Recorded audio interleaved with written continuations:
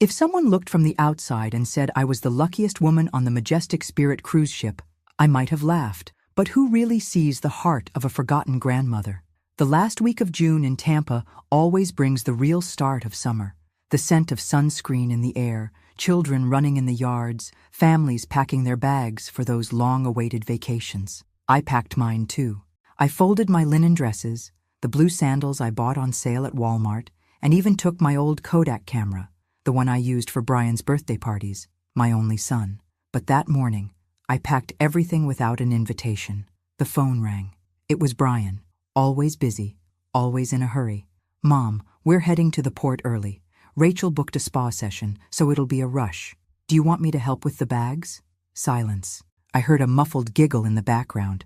It was Brooke, my granddaughter. "No need, Mom. We'll manage. You should get some rest." Outwardly, I smiled. Inside, there was a cold, sharp ache. They were going, all of them, and they didn't include me. The TV in the living room showed images of the Miami port, with giant ships ready to set sail. On the company's website, the Majestic Spirit shone. Cruise to the Bahamas, themed parties, the trip of the year. And there I was, alone in the kitchen, listening to my own heart sink as if I'd missed the last train. Rachel called me later, with that sweet lawyer voice that sells kindness. "Maggie, dear, we thought with your arthritis, the ship would be uncomfortable. And you know, those parties for young people, we just don't want you to feel out of place. We just don't want you to feel out of place." That was it. They didn't want me there so I wouldn't be a bother. Brooke posted on Instagram, "Family cruise, finally, only the best company." And Tyler, my grandson, commented, "Grandma's missing, the only one, my boy." That night, I tried to convince myself it was for the best. Vacations without the elderly are easier, less awkward for them, more carefree. But the truth cut deep inside. I was the disposable old lady, the dead weight. On the morning of the departure, I made a point to stop by the port. I wore a red dress, new lipstick, and a forced smile. I pretended it was just to say, "Hi," but deep down, I wanted to be there, part of it, part of the family. They arrived in a rented SUV. Rachel, impeccable. Brooke with huge sunglasses, her blonde hair perfect. Brian barely looked at me. The couple's friends, all young, loud, with that superior attitude that laughs at old folks. They came over, greeting me with that fake enthusiasm reserved for retired teachers and grandmothers at family parties. "You really don't want to board, Maggie?" one of the friends asked, already knowing the answer. Everyone smiled, but I saw the look between Brian and Rachel. I saw Brooke glancing sideways, texting on her phone. I was the unnecessary decoration at the farewell. As they walked away, I clearly heard Rachel's voice to the captain. "Luckily, she's not coming. Imagine having to take care of an old lady during the cruise." And the captain, laughing, "Much better this way. The trip will be much lighter for you." My throat tightened. I saw Tyler approach, visibly uncomfortable. "Grandma, don't mind them. I wanted you with us." I hugged my grandson like he was my last anchor in a sea of disappointment. I took a step back. I watched my family disappear among passengers and suitcases, hugged by arrogant friends, pampered by the captain. And there, alone on the dock, I made a promise to myself. I would never again let them treat me as if I were invisible. The ship left. The sun shone high. The sea reflected promises that weren't for me. But only I knew the secret buried at the bottom of that ship, and how soon everything would change. If you want to hear even stronger stories without ads, join the VIP group using the link in the pinned comment. If there's a pain worse than being left behind, it's realizing, without anyone having to say it, that your presence isn't wanted, but the universe has its own way of setting things right. And that night, everything started to change. I got home, my suitcase still closed in the hallway. I sat in the old armchair in the living room, listening to the echo of Rachel and her friends' laughter. I picked up my phone. Tyler had sent me a message. "Grandma, I really wish you were here. Don't mind them. If you can, write me back." I read it 3 times. I took a deep breath. My grandson was the only bridge that still connected me to the family, the last trace of true affection. The next morning, I turned on the TV. The news was showing the Majestic Spirit's departure. Luxury ship sets sail for the Caribbean with celebrities on board.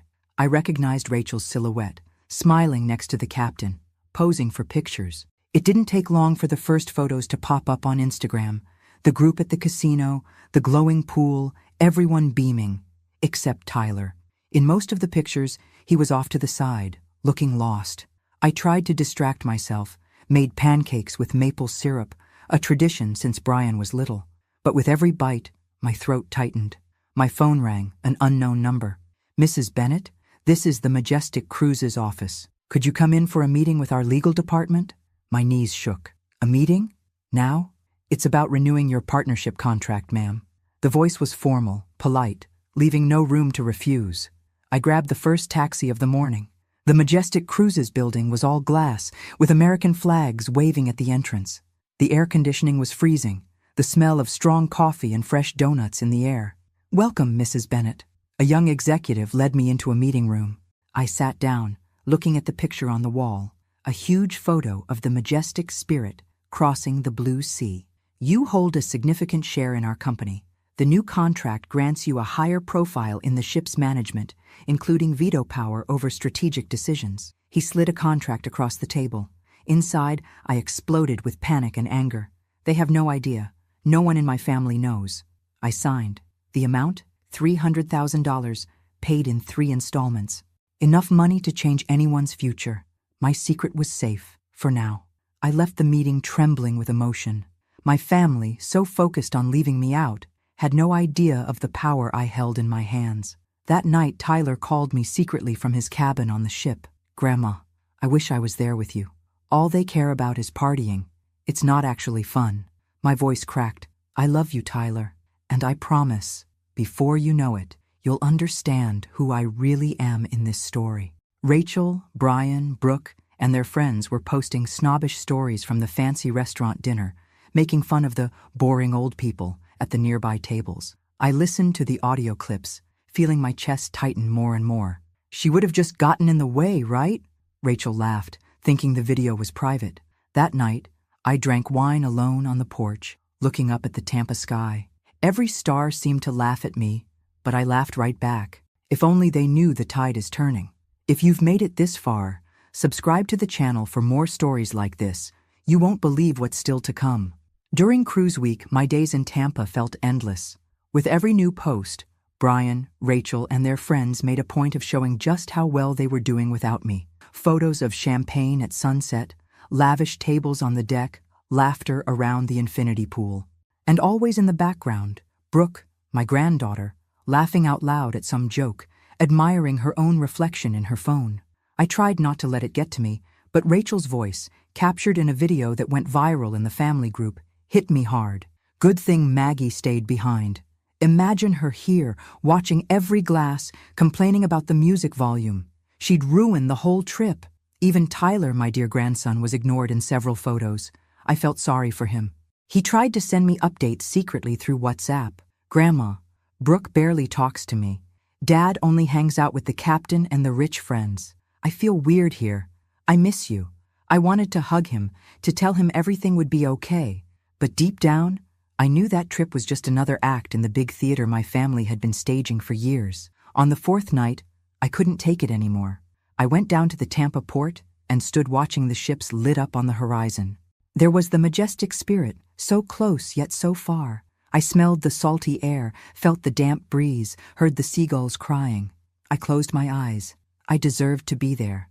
Not out of pride, but because no one, absolutely no one, has the right to turn a mother or grandmother into an invisible burden. When I got home, there was a white envelope under my door. "Important," it read on the front. I opened it. It was a copy of the newly signed contract confirming my status as majority partner and my rights to oversee and manage the ship. At the bottom, in gold letters, "Majestic Spirit, the sea is yours." That night, Tyler sent me a voice message, his voice shaky. "Grandma, everyone went to dinner with the captain and his friends. They told me to order pizza in the cabin. I just wish you were here." I felt my heart break. No one realizes the power of a simple gesture until they see someone they love being forgotten. My mind was made up. The moment for my turning point would come, and when it did, no one would ever dare call me a burden again. If you've ever gone through something like this, if you've been left out of something important just because they thought you were a burden, share your story in the comments. So many people need to know they're not alone. I woke up before sunrise, listening to the distant sound of horns at the port and the creaking of ships rocking with the tide. On the kitchen table, the open contract stared at me like an invitation to be brave. It was more than just a piece of paper. It was my story, waiting to be rewritten. I picked up the phone. I called the cruise line's office, using my most formal English and my married name, the one almost no one in my family remembered. "This is Margaret Ann Cook. I need to speak with the director of the Majestic Spirit. It's a matter of utmost priority." I heard a respectful silence on the other end. Minutes later, the manager's voice was almost reverent. "Mrs. Cook, your access and suite are ready. The captain will receive your instructions as soon as you board. Do you need transportation?" I felt a dangerous kind of joy, the kind that's part adrenaline, part fear, and part certainty that you're about to do something big. "No, thank you. I'll come on my own." I packed my small suitcase with dresses I'd only worn on special nights and a box of old family photos. I looked at myself in the mirror before leaving. I saw a 67-year-old woman, yes, with deep wrinkles, short gray hair, and eyes marked by time. But I also saw an indestructible strength, the strength of someone who survived widowhood, loneliness, and the disregard of those who were supposed to protect her. My hands were shaking in the Uber to the port. I watched Tampa Bay glittering under the Florida sun, palm trees swaying, couples with rolling suitcases smiling excitedly. No one can imagine the private war a mother can fight inside her heart. When I arrived, I looked for Tyler, and there he was in the main hall, alone, staring sadly out at the sea. I walked up to him quietly. "Grandma, you're here?" He hugged me like he was 5 years old again. "Don't tell anyone yet," I whispered. "Today we're going to make history." Boarding was discreet, guided by a uniformed staff member. I bypassed the regular passenger line, walked through halls decorated with crystal chandeliers and red carpets, and took the private deck where the captain was waiting. "Mrs. Cook, it's an honor to have you on board." I shook his hand firmly. "The honor will be all mine when this ship is worthy of the families it carries." Later, already settled into a luxurious suite overlooking the ocean, I heard familiar voices in the hallway. Brian, Rachel, Brooke, and their friends, laughing loudly, making jokes, planning an exclusive dinner at the captain's restaurant. "If Maggie were here, she'd want to change the menu," Rachel said, drawing laughter from the group. "She always finds something to complain about," Brooke added, rolling her eyes. But this time, I wasn't invisible. I was just a few steps away, seeing everything, hearing everything, and holding all the power. That morning, the salty breeze brushed my face, and the sky looked bluer than ever. From the balcony of my private suite, I watched the crowded pools, families coming and going, and the fleeting joy of people who have no idea how quickly life can turn upside down. I went down to the breakfast hall. I sat alone at a corner table, but this time, by my own choice. From a distance, I saw Brian and Rachel enjoying themselves with Brooke and their friends, all well-dressed, laughing loudly, completely ignoring my presence. Only Tyler exchanged glances with me, a co-conspirator, trying to hide his nervous smile. At the buffet, I overheard, "I still can't believe she showed up." Rachel's voice was sharp. "Don't worry. The captain said she can stay, but she'll keep her distance," Brian replied, as if I were a bothersome piece of furniture, something tolerated only out of obligation.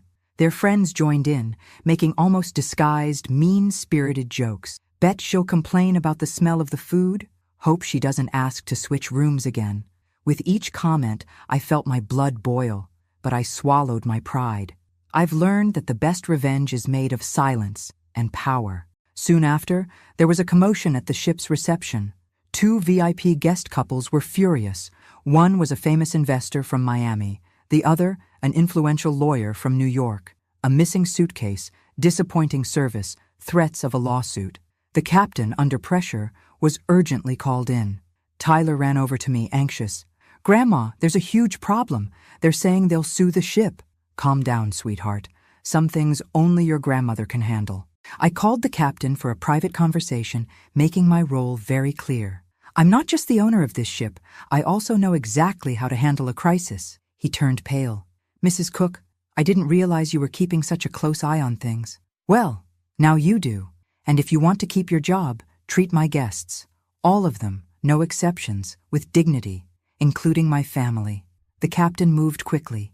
He apologized, promised immediate changes, and rushed off to put out the fire. By lunchtime, the atmosphere had changed. Brian, Rachel, and their friends kept up their silent rejection. But little by little, I noticed their surprise as staff members began treating me with unusual respect. "Do you need anything, Mrs. Cook? Are you comfortable in your suite?" Rachel went pale. Brooke, suspicious, whispered to Brian, "Why is everyone fussing over your mom?" At dinner, their table was the loudest in the main dining room. But at the height of the party, a message from the captain echoed over the loudspeaker. "Would Maggie Cook please report to the captain's deck?" Everyone looked at me, and for the first time, their arrogance faltered. In that moment, I felt I was just beginning to reclaim my dignity. When I reached the captain's deck, the sun was already setting, painting the sea in golden and orange tones. My heart was pounding, but my face showed only composure. There was a small crowd gathered, curious about the unexpected announcement. Among them were Brian, Rachel, Brooke, the couple's friends, the captain, and part of the crew, all anxious, each for their own reasons. The captain cleared his throat. "Ladies and gentlemen, please allow me to make a special announcement. Today, we have the honor of welcoming aboard the owner of this ship, Maggie Cook." Complete silence. Brian turned pale. Rachel froze. Brooke lowered her eyes. The friends, always ready with a joke, didn't find it funny this time. I saw the same disdain in their eyes shift into fear. The captain continued, formal. "Maggie Cook is responsible for ensuring the quality of everyone's experience here. On her behalf, we apologize for any inconvenience." The reaction was a mix of surprise, embarrassment, and uncomfortable murmurs. I walked up to the microphone, took a deep breath, and looked at my family and the other passengers. "Good evening. I was raised to believe that kindness is the greatest form of power. But sometimes, life puts us in situations where we must stand up for ourselves so we aren't swallowed by indifference." Pause. "I've spent the last few days being ignored, looked down on, even ridiculed, by my own family and by people who thought they'd never be caught looking down on anyone." Brian couldn't look at me. Rachel, tense, gripped her wine glass as if she wanted to shatter it. Brooke rolled her eyes but was clearly shaken. I continued, my voice steady.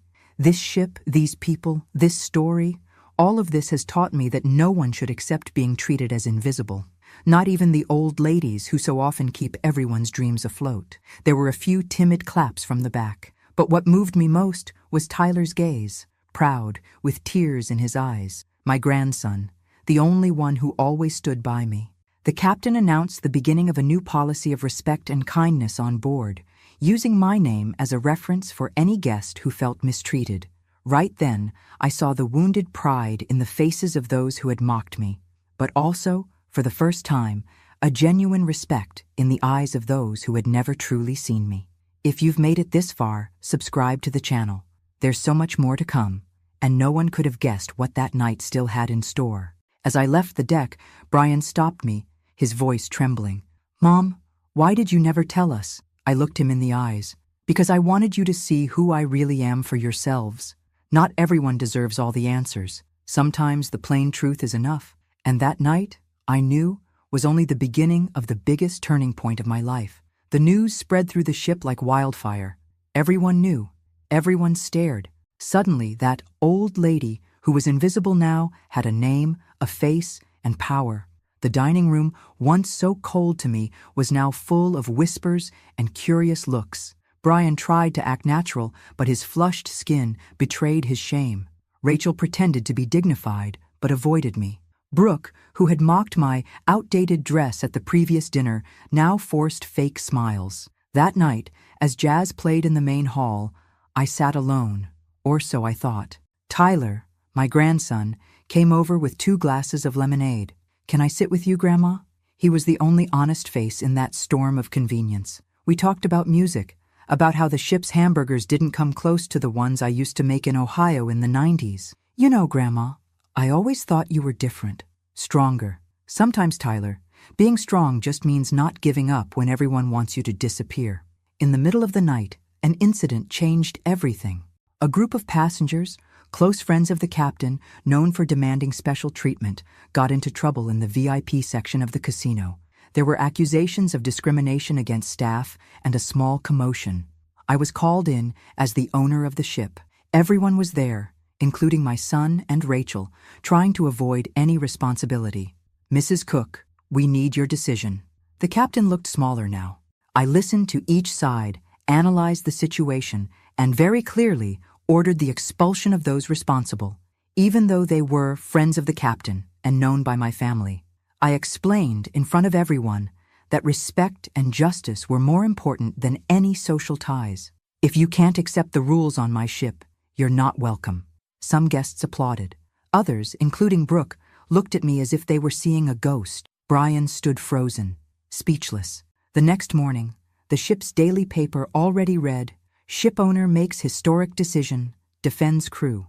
My phone exploded with messages from other guests thanking me. I even received a handwritten card from a lady named Helen, who'd never had the courage to complain about mistreatment by the staff. She thanked me for being the real deal in charge. And in this atmosphere of tension and justice, Tyler hugged me in the hallway. "If I ever become half the person you are, Grandma, it will have been worth it." I answered softly, my voice trembling. "One day, this ship will be yours, Tyler, because only those who know how to value others deserve to chart the course for them. If you've ever wanted to shout to the world that you deserve respect, like and share. Don't let this story go unnoticed. Your voice might be the next turning point for someone." That night, lying down and looking out at the dark sea through my cabin window, I thought, I'm no longer invisible. But the good kind of revenge was just beginning. The next morning brought a strange silence to the ship. The passengers greeted me with a shy respect, as if I had changed overnight. Tyler, now proud, walked by my side along the deck, smiling at people who used to ignore him. Brian and Rachel avoided crossing paths with me, always making up excuses, and their friends, the ones who always cut me out of conversations, looked down, embarrassed, every time I walked by. In the meeting room, I found the captain waiting for me, less arrogant than before. "Mrs. Cook, I've never seen anything like this. The whole ship is talking about you." "Respect is earned, Captain. The rest is just foam." That same day, the passenger award ceremony took place. Rachel, Brooke, and Brian planned to go on stage to give speeches, just as they had done on every cruise before, always posing, always seeking the spotlight. But this time, the host called me up first. "We'd like to invite Mrs. Margaret Cook, our guest of honor, for a special message." I walked onto the stage, feeling Rachel and Brooke's furious stares burning into my back. "Family doesn't always recognize the worth of those who raised them," I began, looking out at the hall. "But life always gives back, twice over, what you give to the world." I spoke about dignity, about being cast aside by those who should protect us, about the scars family rejection leaves, but also about gratitude and second chances. Tyler cried in the audience. I saw older women move to tears. Some young people clapped. At the end of my speech, I announced something nobody expected. "I've made a decision. My grandson Tyler, the only one who stood by me, will be the next in charge of this ship and of the social foundation I run. He represents everything good in our family: compassion, courage, and respect." A murmur swept through the room. Rachel went pale. Brian was in shock. Brooke laughed sarcastically, but it was a nervous laugh. Whoever recognizes a grandmother's true value deserves to be remembered forever. If you know someone who's ever been disregarded by their own family, tag them in the comments. Let's show that nobody has to cross this ocean alone. At the end of the night, Tyler hugged me, crying, "Grandma, I never imagined—" "You deserve it, my dear. Every ocean begins with a single drop of kindness." The whole ship could feel the change, and for the first time in years, I felt my voice finally echoed, not just off the walls, but in the hearts of those who needed to hear it. That night on the ship felt endless. I leaned against the railing on my cabin balcony, feeling the ocean wind in my hair and the salty taste of tears on my lips. The truth about me had already spread from bow to stern, and now everything was different. Or maybe finally, everything was just as it always should have been. No one came looking for me. Not Brian, not Rachel, not Brooke. Only Tyler, my grandson, knocked at the door. "Can I come in, Grandma?" I nodded silently. He sat beside me, holding my hands tightly, just like he used to when he was little and afraid of the dark. "Are you really going to donate all that money to the ship's project, Grandma?" he asked, his eyes wide, full of hope and a sincere anxiety I hadn't seen in a long time. "I am Tyler, and I'm also putting you in charge of this new project. You were the only one who saw beyond the labels and gossip." His eyes filled with tears. "Grandma, I don't deserve all this." "You do, because you were loyal to me when the rest of the world saw me as nothing but a burden." I felt the weight of that decision, but also a new lightness. I was no longer trapped in the role of annoying old woman, nor in the fear of upsetting my children. For the first time, I felt free. The next morning, the dining room felt like a silent courtroom. Everyone knew. Tyler stuck close to me, ignoring the sharp looks from his sister and parents. When Brian and Rachel finally approached, the air was tense, like a trial. "Mom, you need to rethink this. The project, the donation. You're rushing into this," Rachel began, trying to sound conciliatory, but her tone was cold as steel. I took a deep breath. "I'm not rushing, Rachel. I'm correcting an injustice," I replied, keeping my voice steady. Brian crossed his arms, avoiding my gaze. "We've always been a family, Mom. You didn't need to expose us like this." I smiled softly, but it was the smile of someone who's no longer afraid. "You exposed me long before any of this, when you treated me like a burden. And a burden is something you carry, but never truly value." Rachel was offended, turning her face away. Right then, Tyler stood up. "You know, Dad, Mom, I don't want any of Grandma's money, but I want to be someone she's proud of. You always said she just got in the way, but to me, she was always my safe harbor." The silence hurt more than any words. I looked around, feeling the eyes of strangers, friends, even the captain. Everyone suddenly, truly saw me. And if you've ever felt invisible in your own family, comment below, share. Your words might help someone feel less alone. I left before the tears could fall. Tyler came with me. At my cabin door, he said, "Grandma, if I ever become half the person you are, I'll be happy." Pride and gratitude overflowed inside me. The sea outside was vast, infinite, and this time I was the one steering the ship of my life. I closed my eyes and promised, "Tomorrow, at last, it will be time for my final revelation." Want to know how it all ends? If you've made it this far, subscribe to hear part 2 in a few days. I woke up before sunrise. The ship rocked gently, and for a moment, I was that little girl again, dreaming of endless horizons. Only this time, I was at the helm. I put on my best blue coat, pinned my hair back with the old family brooch, and opened the curtains. The day was bright, the sky cloudless. It was the perfect setting for a new beginning. At breakfast, the dining hall was packed. Everyone was whispering, sneaking glances my way. Brian and Rachel's friends, the captain, even the staff seemed anxious. Brooke ignored me. Rachel wore a fake smile. Brian tried to act natural, but couldn't hide his nerves. Only Tyler was calm, right by my side, proud. When the captain took the microphone for the day's announcements, he called for my attention. "Maggie, would you like to say a few words?" I stood up. My hands trembled, but my voice came out stronger than ever. "I know many here judged me before knowing who I really was. I know what it's like to be ignored, ridiculed, called an annoying old woman. I know what it's like to hurt, not in the bones, but in the soul." A heavy silence filled the room. I continued, "But today, I want to say thank you, because it was thanks to that rejection that I discovered what I'm really made of. I didn't come here seeking revenge. I came to show that respect, loyalty, and compassion still matter, and that it's never too late for a new beginning." I saw Rachel's eyes fill with tears, Brian looking away, Brooke biting her lips in anger. The captain looked proud, or maybe ashamed by what he'd witnessed. And to close this chapter, I'm announcing here the creation of the Horizon Project on our ship, a fund to support elderly people in situations of abandonment. My grandson Tyler will be responsible, and he'll receive half the invested amount, $300,000, to lead this project with ethics and courage. I turned to Tyler, overcome with emotion, because in the end, what we leave behind isn't money, it's legacy.